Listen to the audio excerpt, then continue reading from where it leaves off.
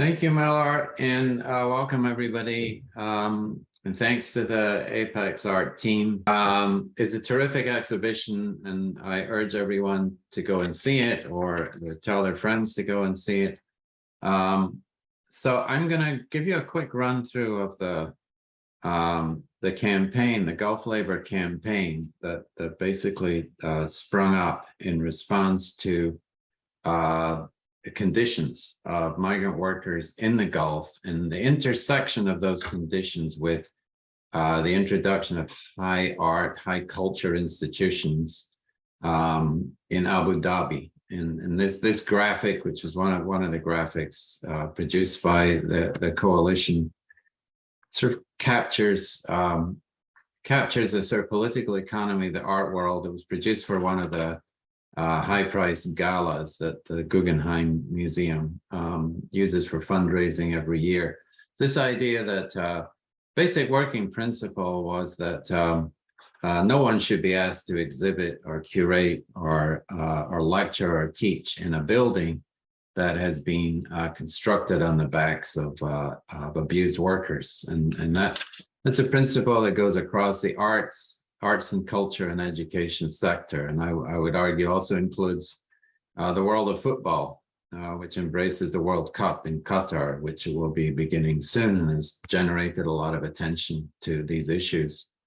So our focus is on the workers and also the political economy of the museums that were being constructed on Saadiyat Island, which is just off the coast of Abu Dhabi City, 5 minutes from Abu Dhabi City, and part of the economic diversification policy of the Abu Dhabi government to move away from petroleum towards tourism, arts and culture, and so on and so forth.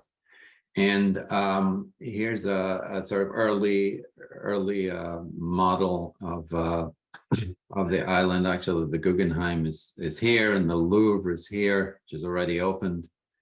Performing Arts Museum here. NYU was first kid on the block, and we'd actually started this kind of campaign at NYU back in around about 2008, 2009 through the Fair Labor Coalition, and ultimately produced this report, which you can find online in 2018. But we'll leave NYU aside. The focus here is really on the museums, and just as a sidebar, Saadiyat Island is really a real estate venture for selling very high-priced real estate. The museums and the culture sector are the amenities, basically. It's like a large master plan community, which instead of having golf courses and swimming pools, has world-class museums for residents to drop into as an amenity on their doorstep. This is a model actually from the showroom on Saadiyat Island, which we visited as in our capacity as a Gulf labor. And we really started our work back in 2011 after a conference in Beirut, and decided to send a letter initially. A small number of artists, 50 or so, between 50 and 100, wrote to the Guggenheim, no response. So we started a petition that led to the boycott of the Guggenheim Abu Dhabi. And artists and curators and writers pledging that they would not participate in activities or in the collections of the Guggenheim Abu Dhabi until workers' rights were fully acknowledged. So this book is probably the best single source for documenting our history, the origins of the coalition strategy, tactics. It also analyzes Gulf labor's place in the history of artist activism, describes our role in persuading NGO partners to join in a larger coalition, including Human Rights Watch and International Trade Union Confederation, the ILO, the UN. It includes a lot of documents that were compiled from our field research, where we did interviews in the labor camps, and not just in Abu Dhabi, but also in South Asia. And it catalogs an art project that ran for a year called 52 Weeks, which we did invite artists from a widespread spectrum to contribute agitprop artwork. So there were a lot of tactics that we used as part of the campaign. I mean, the initial one was the boycott. There were a lot of publications because our members of the coalition are active as writers also. There was quite a bit of institutional dialogue, by which I mean we had contacts with curators and administrators within the Guggenheim Museum. And we chose the Guggenheim because most of our members were US based and New York City based, and it was the most it was the easiest target really for us to go after. We tried to get French artists interested in a similar campaign against the Louvre, but that was not all that successful. We had a direct action wing called Gulf, the Global Ultra Luxury Faction, which I'll talk about in a minute. There was artwork created 52 weeks. There were the NGO partners I've already mentioned, and an offshoot called Who Builds Your Architecture, which was architects and architectural professionals who continue to do work in the architecture field around this issue. So I'll just show you some images that were, these are, living conditions of the workers and workers' quarters from a couple of our visits, our site visits to Abu Dhabi.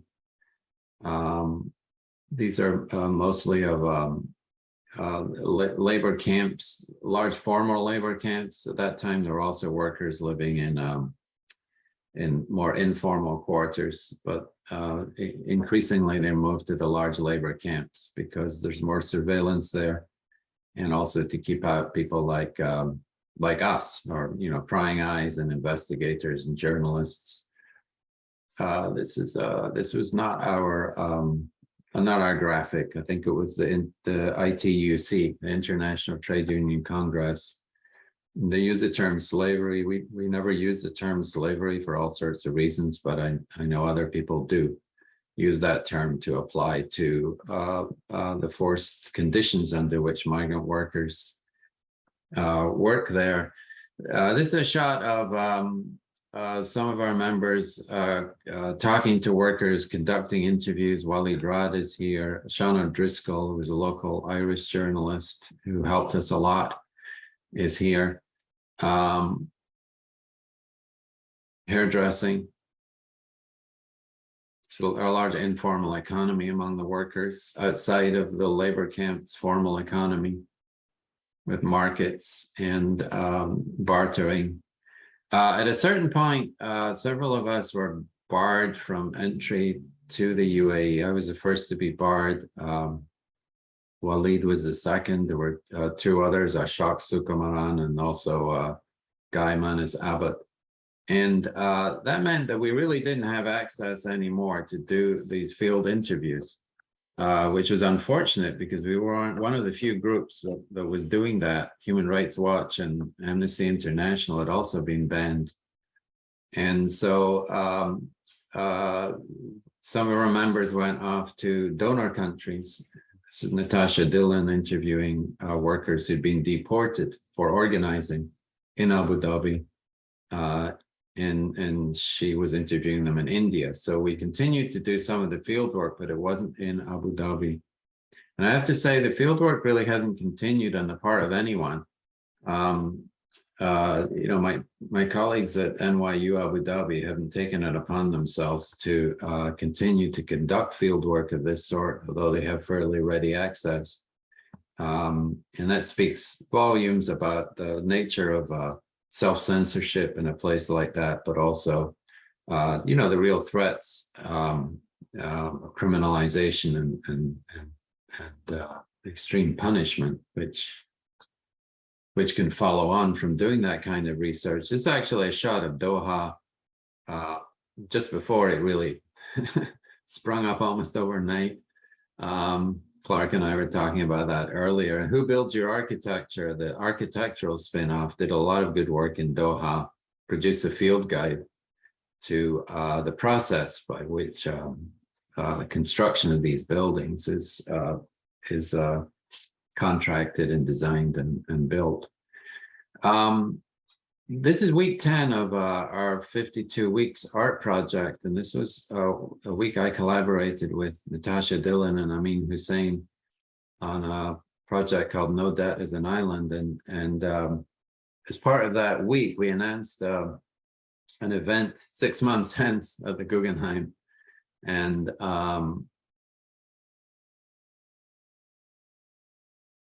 week 20 was actually recorded that event, which was the first occupation of the Guggenheim in New York by Gulf, the Global Ultra Luxury faction, which was our direct action wing, formed for the purpose of taking all of this a little step further.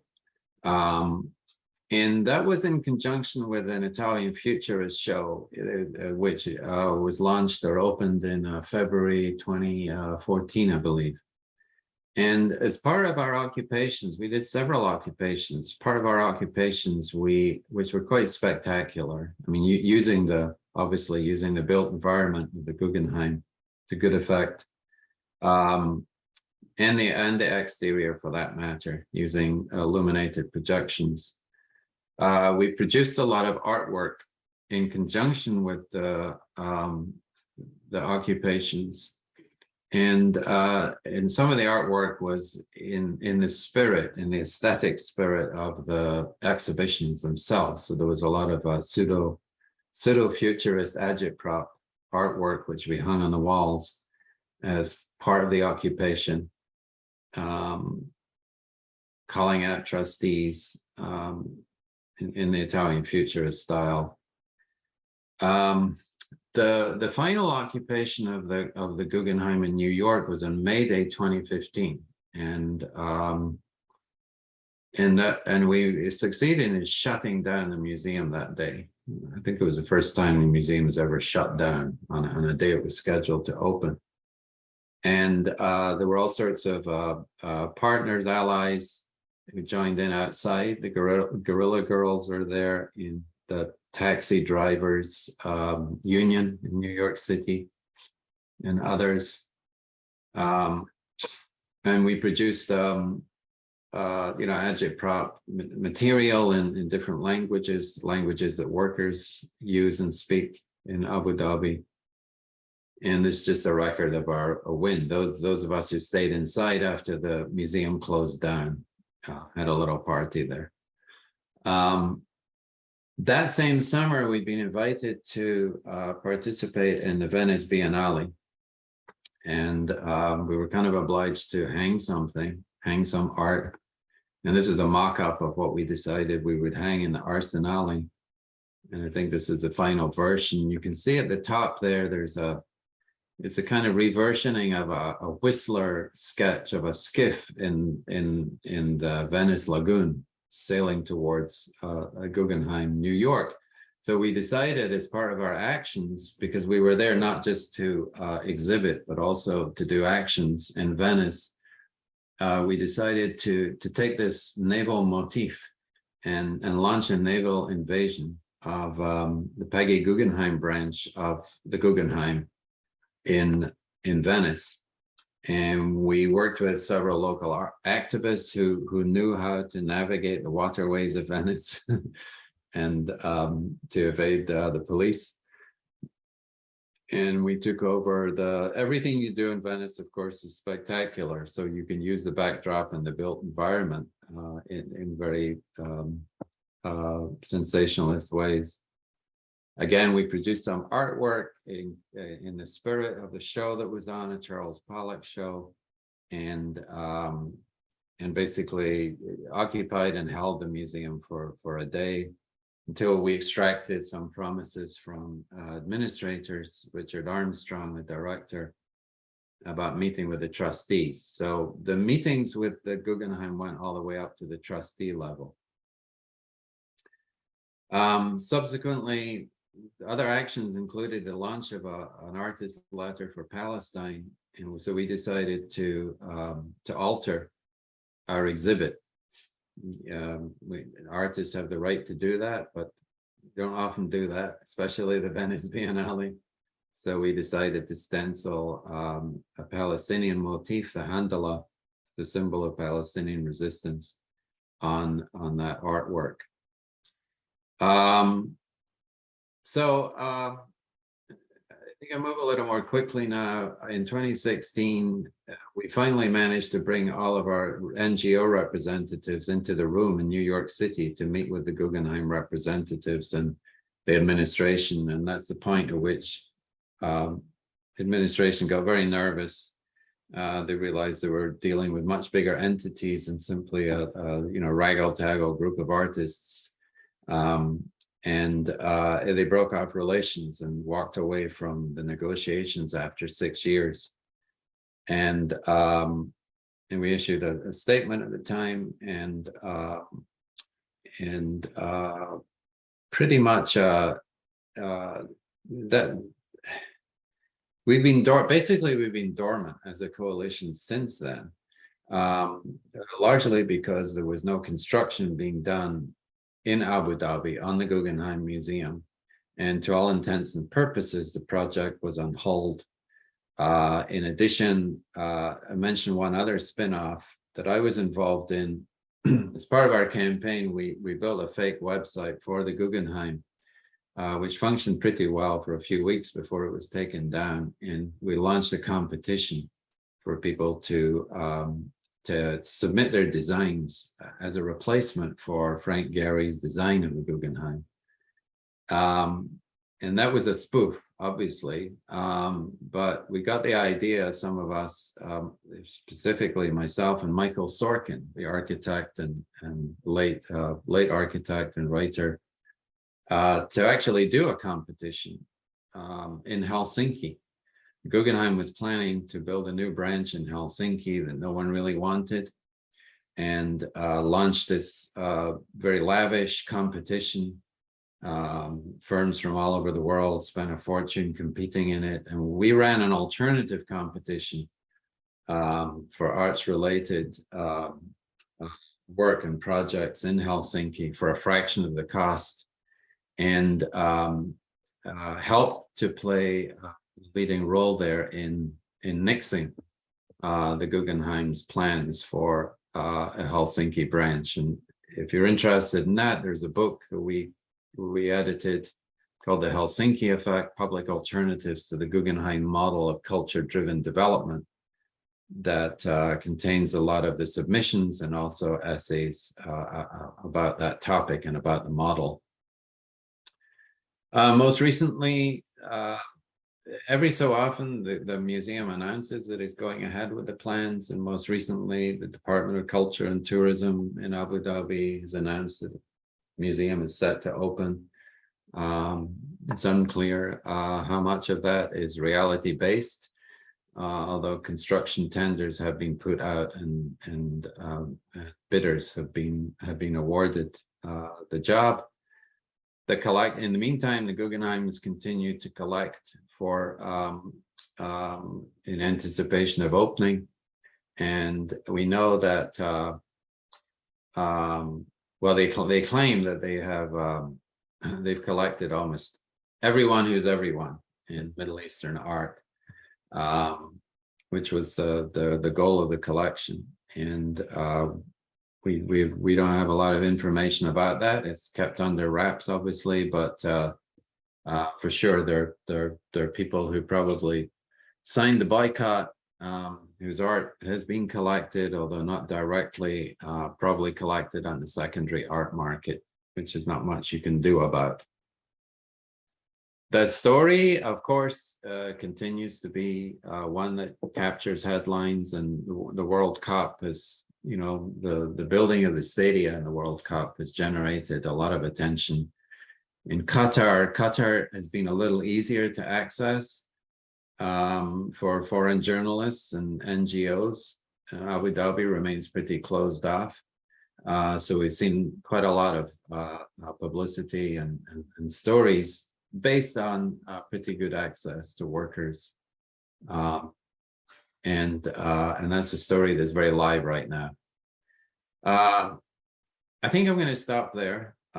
There's lots more I can say, but Clark, I'm sure, has questions, and some of you who are participating also. So thank you for your attention. Turn it over to you, Clark. Thank you, Andrew. That was great. You were able to show a lot of things that I wanted to put in the show and just didn't have the space. And the book is also at the entrance of the exhibition, so anyone who attends can check it out. So in your book, you asked, let's see, I just had it.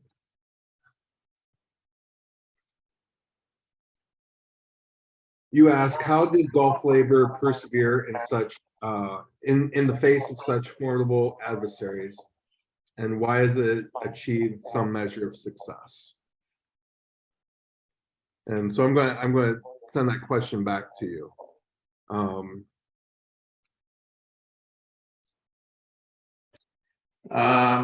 Yeah, I don't remember asking that question, but it's not a bad one. This is it's been a while since we put that book together. I think I think some of the obstacles that lay in the path of our work were considerable in retrospect. You know, probably the most perilous being operating in Abu Dhabi itself, because the authorities were well aware of our activities. They followed us. The secret police followed, the not so secret police followed us wherever we went. We had to be very careful about protecting workers, and make sure we arranged to meet with workers in places where we weren't being surveilled. We were followed late at night in cars and empty highways. That was a little concerning, to say the least. And it's very easy to get arrested and thrown in jail in the Gulf states. There's a long trail of people who had to suffer that fate. So these were the dangerous aspects of what we were doing. There's a spectrum, of course. One of the initial obstacles was actually getting people to sign on the petition, because a lot of artists who were about to be collected by the Guggenheim, this was a big deal for them. There was a lot of money involved, probably, and in terms of their career, it would be a big step. And so they were particularly brave in stepping forward and being initial signatories of the boycott. And I think at each step of the way there were confrontations with the police, New York City police, around the occupations. But overall, I think we also were able to use our cultural capital quite effectively. You know, some of the people involved in Gulf labor were high-profile artists. They had a lot of cultural capital. The reason we weren't arrested in these museums was because museum authorities don't like to arrest artists on their premises. It's really bad for public relations. Yeah, I think we're able to effectively use a lot of that cultural capital, and especially when we were banned, there was a lot of support from the international art world, people signing petitions, including leading, you know, museum directors and so on and so forth. And the last part of that is that the NGOs we worked with, especially the labor unions, liked working with us because we were doing these crazy things they couldn't do. We were doing, culturally creative things and also occupations that they have more of a sober profile. And so they liked the fact that we were able to take those actions that they could not, while agreeing on the common principles. This kind of, I think, goes to what you were saying. One question I got from the opening was why are there not more or any collegiate artists or migrant workers involved? And could you speak to that? Why the workers weren't involved in the campaign? Well, let's start with the collegiate artists. Why, were there many? I don't remember, and I'm looking through here, many collegiate artists in the Gulf group, labor group coalition. Were there? Yeah. Well, I think I think if you go through the actual list of signatories, you'll find some. I mean, there were several thousand people who signed on to the boycott, but for them to play a high-profile role might have been a little more perilous, given their situation and given the censorship and the repression. Among our core group, there were certainly people who had done a lot of work in the Gulf. And if not in Abu Dhabi itself, in Sharjah, particularly because of the Sharjah Biennial, which was relatively open and embraced the wide diversity of opinions and aesthetics for several years, continues to do so, I think. So there were people certainly familiar with the region, but not as you say, native to the region. But we had that in common with the bulk of the population in the UAE, of course, because 85 to 90% of the population there are migrant workers. Involving migrant workers themselves, I think that was the second part of your question. This was probably the biggest challenge, making contacts and trying to maintain contacts. Which was very difficult for us to do for all sorts of logistical reasons. We did prepare a newsletter called Tea Break for circulation among workers, which was very innovative, and there was only one issue that circulated, as I recall. We plan to build a platform for communicating with the workers, as part of an effort to help organize. But that's also particularly dangerous because the UAE has sort of intensive control over the IT infrastructure, and we learned that because we found out that. So we were being tracked through our cell phones when we were in Abu Dhabi, and our movements were being followed accordingly. So we had to find some way of circumventing the awesome power of the UAE's surveillance network, and there's a lot of very sophisticated cybersecurity people that work in that field in the UAE. It's a leading sector.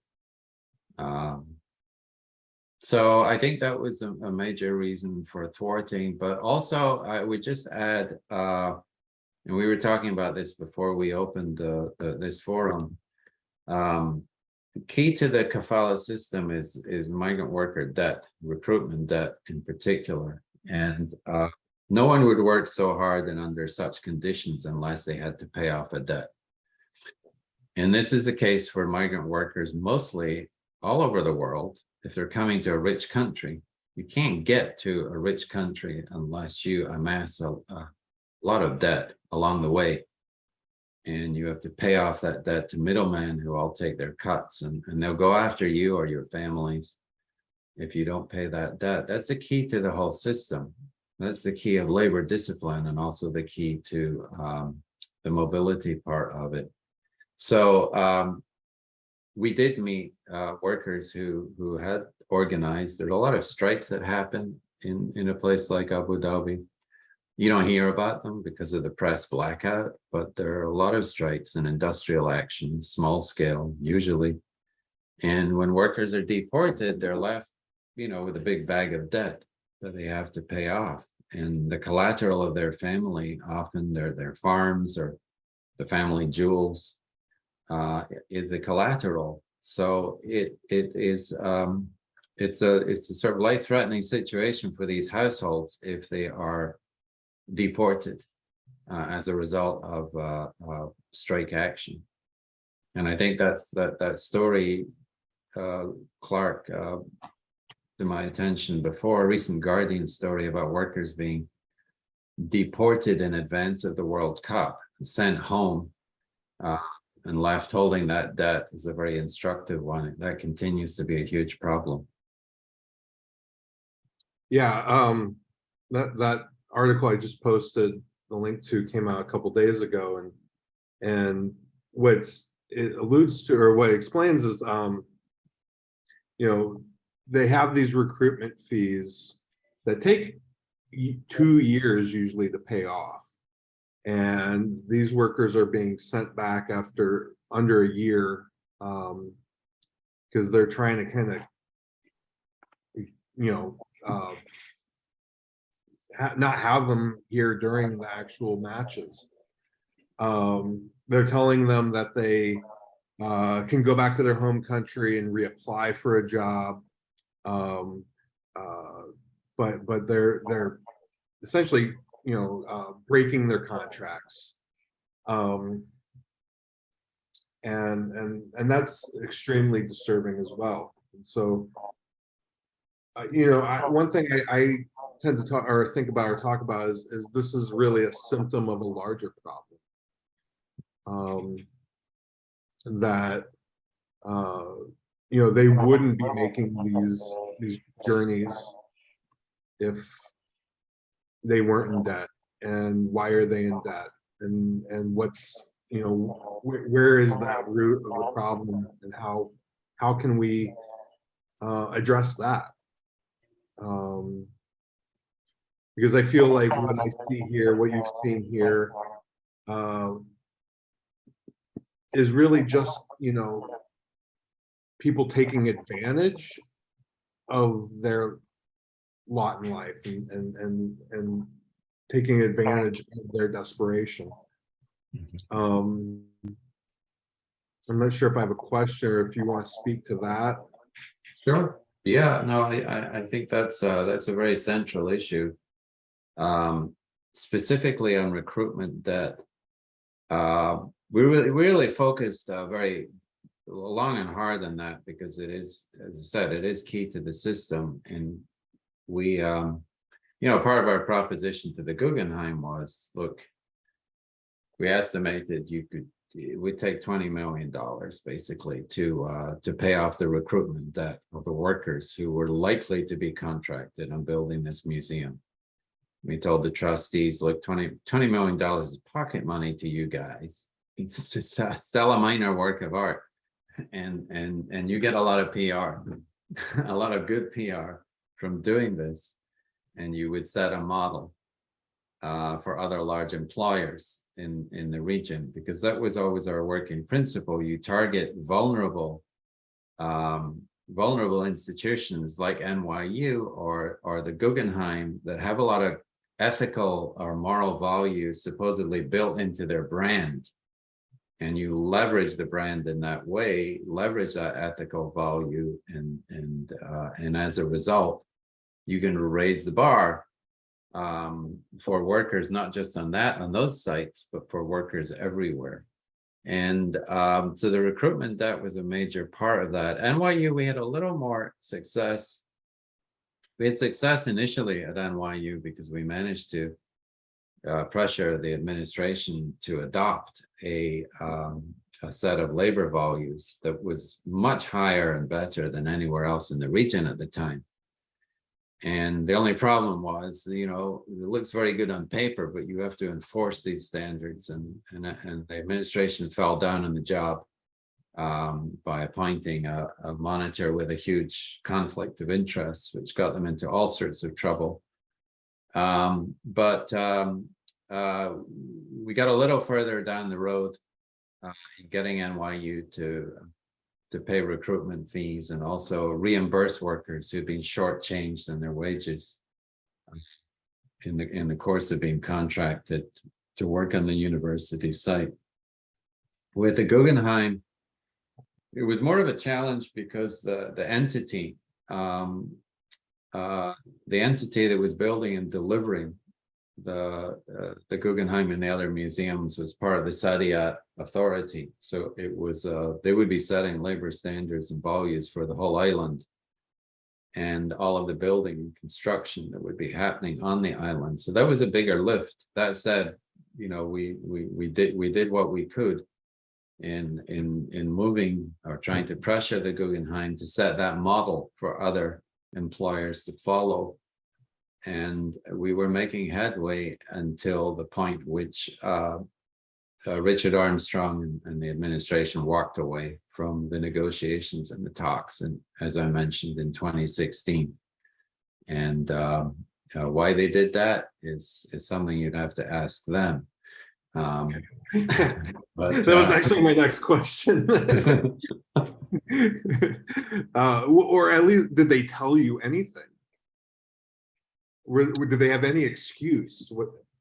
They said they didn't like our tactics. I mean, they never really liked the tactics that were more, more directed at shaming, the occupation tactics, and so on and so forth. But that was really, I think, just that was just lip service. I think the real clincher was that, we brought these NGO heavyweights on board. And when you're dealing with the International Trade Union Congress, and the Building and Woodworkers International Union was also a major ally, I think that takes it to a different level. And that's probably the point at which they said, look, we're not going to do this. And they put the whole thing on hold for the next several years as a result. And when I say they, I mean the Abu Dhabi authorities who are bankrolling this. It's really their project. They're using the Guggenheim brand. They've essentially bought the brand along with the Louvre. And so our takeaway was that we proved that there is a price to be paid for encouraging and sponsoring these atrocious labor conditions, and in this case, the price was a loss of prestige, considerable loss of prestige for the authorities, and the association of their high art ventures with human rights abuse is not something you can expunge very easily.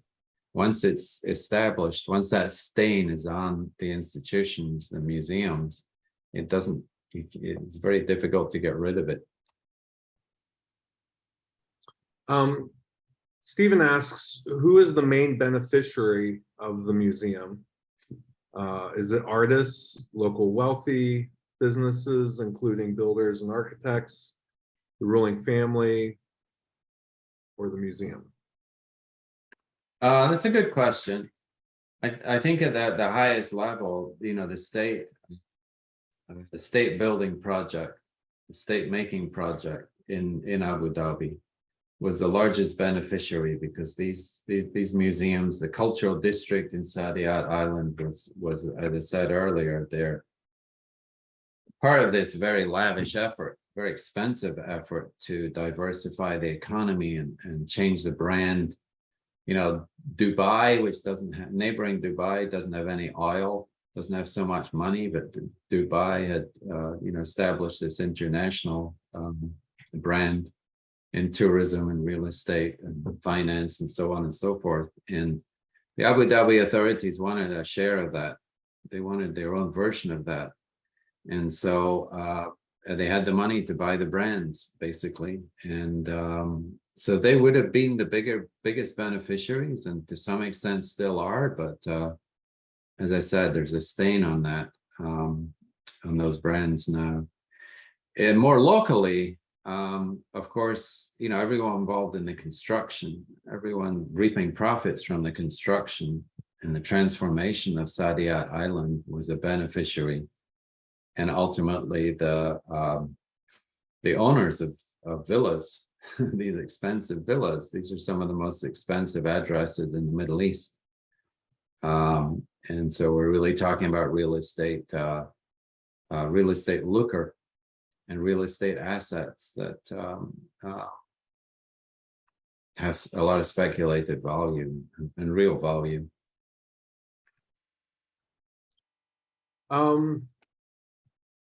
Kind of looking back, do you think in your book you mentioned that the diversity of tactics was one of the strengths? Do you think any tactic was more successful or had more effect than others? That's a good question. I mean, I think they all played a role. The direct action wing was relatively autonomous from the coalition. You know, we made decisions that between us that weren't necessarily shared, plans and decisions that weren't necessarily shared with the broader coalition, and that provided some insulation, which was particularly effective, I think, because, you know, the coalition in its capacity as a coalition, as Gulf Labor, could go in and negotiate or sit down at a table with administrators and trustees and claim that we knew nothing about the activities of these activists who were occupying the museums. And to some extent, in the case of individuals, that was true. But there's nothing really that museum administrators could do about that. So I think that was particularly effective. A sort of inside-outside strategy, if you like, which is a diversity of tactics. Right. And I would also argue, just as a formula or a template, I would hope that, I mean, at some point in the future, folks could use this as a model for, you know, taking on large institutions with you know, top brand value, world-class brand value. It really, the model originates in the anti-sweatshop movement in the 1990s, targeting the top brands like Nike. The difference between cultural institutions and garment manufacturers is that you can move a garment shop overnight. You can move it across the river, up country to another region. If the taint of abuse, human rights abuses, gets attached to that sweatshop, can't do that with a cultural institution. I mean, it's, once these things have been built, they're not going to be transferred elsewhere. Plus, unlike corporations like Nike, NYU and the Guggenheim, as I said, have a lot of ethical value built into their brand. And they also have internal constituencies of conscience. It's not like they have consumers. Corporations just have consumers. But museums and educational institutions have faculty and students and alumni. And these are part of the community in a sense, and mobilizing the internal community is an important part of holding their feet to the fire over ethical issues like this.